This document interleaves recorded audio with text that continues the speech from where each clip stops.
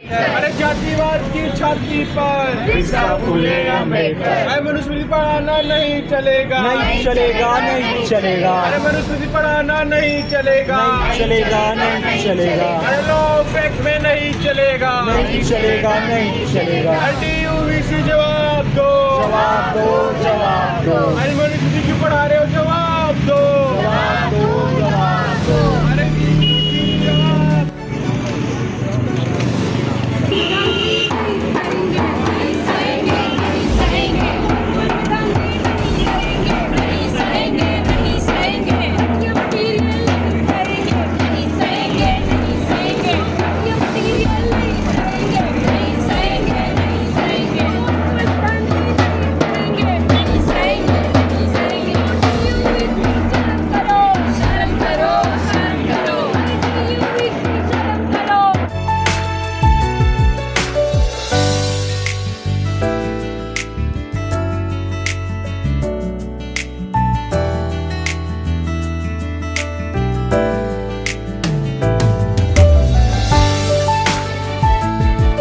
साथियों नमस्कार, मैं संतोष कुमार अम्बेश और इस वक्त आप देख रहे हैं आवाज़ भारती। इस वक्त मैं हूँ दिल्ली विश्वविद्यालय में छात्रों ने किया जमकर विरोध प्रदर्शन। पूरा मामला दिल्ली विश्वविद्यालय में विषय के पाठ्यक्रम में पढ़ाए जाने वाले मनुस्मृति से है, जो कि उसमें पढ़ने वाले बहुजन छात्र विश्वविद्यालय में जितने भी पढ़ने वाले बहुजन छात्र हैं, जिसने बाबा साहेब बहुजन समाज में जन्मे जितने भी महापुरुष हैं उनको पढ़ा है, वो सभी छात्र दिल्ली विश्वविद्यालय में पढ़ाए जाने वाले पाठ्यक्रम में मनुस्मृति का जमकर विरोध किया। आइए जानते हैं क्या है पूरा मामला।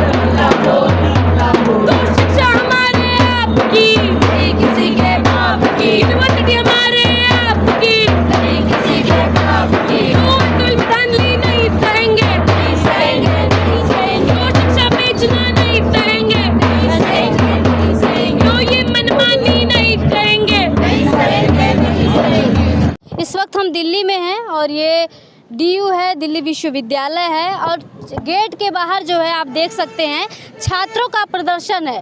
देश के भविष्य जो है सड़कों पर उतर जाते हैं और अपने ही विद्यालय के पीछे जब इन्हें प्रोटेस्ट करना पड़ता है तो सोचिए कितनी शर्म की बात है। शासन प्रशासन को आखिर इसको संज्ञान में क्यों नहीं ले रहे हैं। चलिए इनसे बात करेंगे, इनका मुद्दा क्या है कि आखिर पढ़ने वाले बच्चे आज इस तरीके से प्रोटेस्ट क्यों कर रहे हैं। कुछ लोग कहते हैं, हम जब कमेंट बॉक्स में चेक करते लोग कहते हैं छात्र जो है मनभड़ भी होते हैं। इनसे जानेंगे कि आखिर क्या वजह है कि ये लोग सड़कों पर आकर अपनी मांगों को लेकर प्रोटेस्ट कर रहे हैं। क्या नाम है आपका? ज्योति नाम है मेरा। अच्छा, ज्योति नाम है।